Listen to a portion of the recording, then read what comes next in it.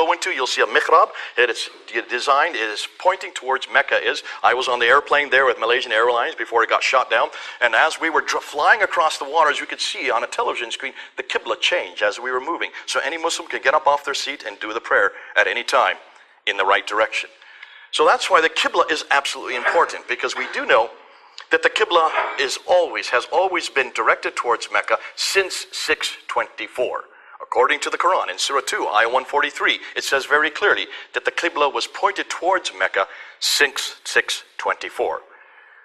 You want to find where Qibla is today, you can go and get these apps on your phone. That's my hotel room there in Kuala Lumpur, and there you can see where the Qibla was on my hotel room.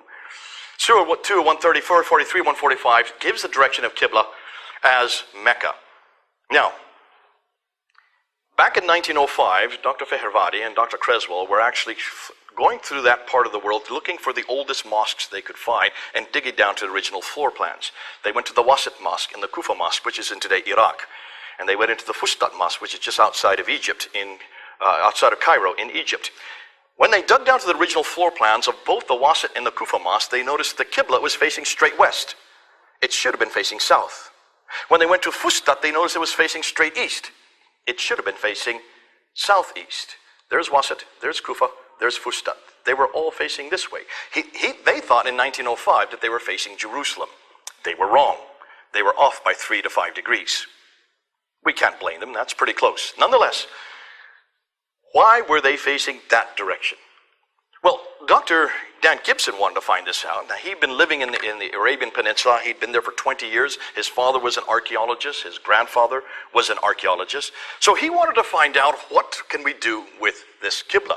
But he was there, learned the language, and he moved all over the Middle East and decided to take pictures from space using satellite technology onto the original Qiblas, because many of the mosques today have been destroyed and rebuilt many times.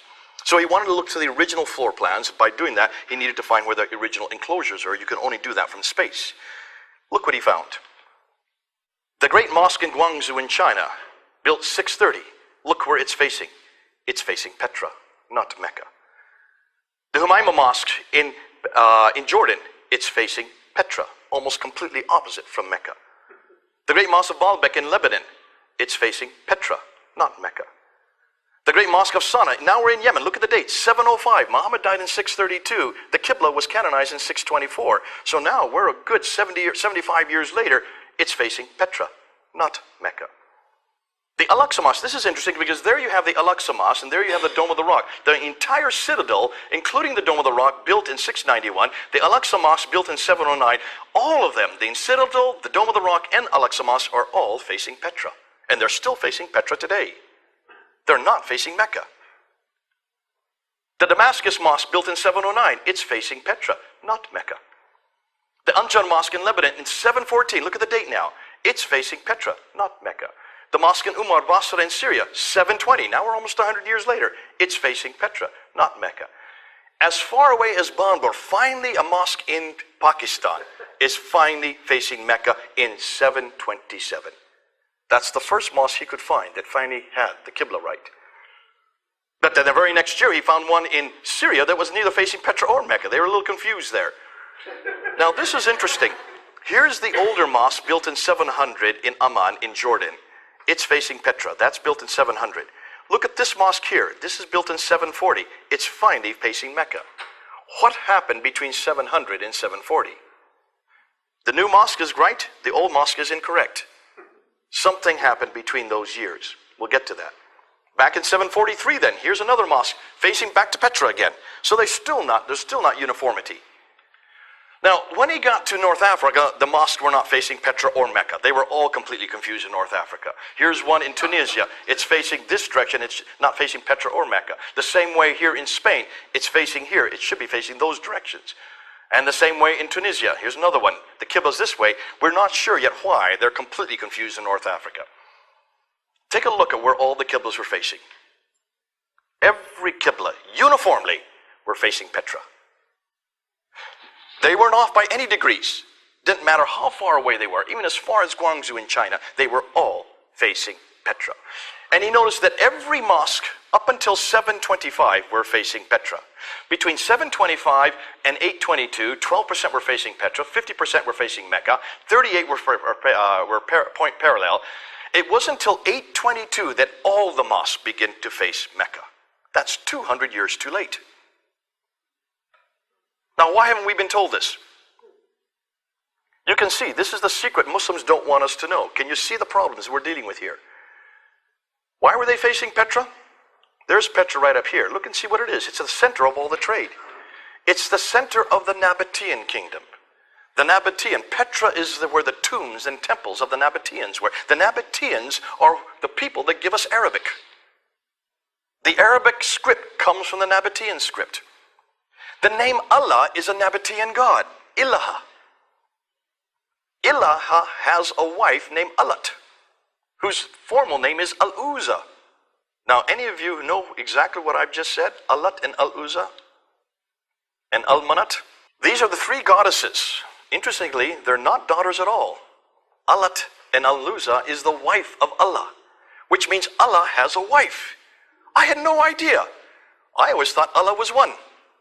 Surah 6, Ayah 101 says Allah cannot have a consort. Well, then they shouldn't have used Allah, because they've got the wrong God. This is a Nabatean god who has a Nabatean wife, which means this is a pagan god, a polytheistic god, which has nothing to do with the God we see in our Bible. Can you now see, historically, we're now destroying Allah today, but that's not for this lecture, that's for another lecture. Just to show you what we now know about, what we're finding out about the Nabatean era and what we now know about Petra. Guess where the black stone comes from? The black stone that is in the Kaaba today comes from Petra. And it's referred to. Up until the 4th, 5th, and 6th century, it was always the stone that people went to worship. No wonder it's in the Kaaba in Mecca. Take a look. Petra is in a valley. Petra has a parallel valley. Petra has a stream going through it. It has fields, trees, grass, clay, loam. It has olive trees. It is near the pillar of salt. If there was ever any pillar of salt, it would be up near Petra. Petra has all the items listed above from the Quran, the Islamic traditions. Thus, could Petra be the place they are referring to? Take a look also. Where do you think Ad, Thamud, and Midian are? Ad, Thamud, and Midian, they're referred to 23, 24, and 7 times. These are the tribes all around Petra.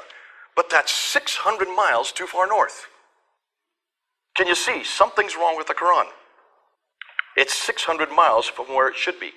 So therefore we know nothing about Muhammad until the late 7th century. We don't have his biography until the 9th century. His city doesn't even refer to until the 8th century. Thus much of what we know Muhammad is written down hundreds of years later and hundreds of miles away. It looks like he is nothing more than a later redaction, possibly by Abdul Malik. Hold that name.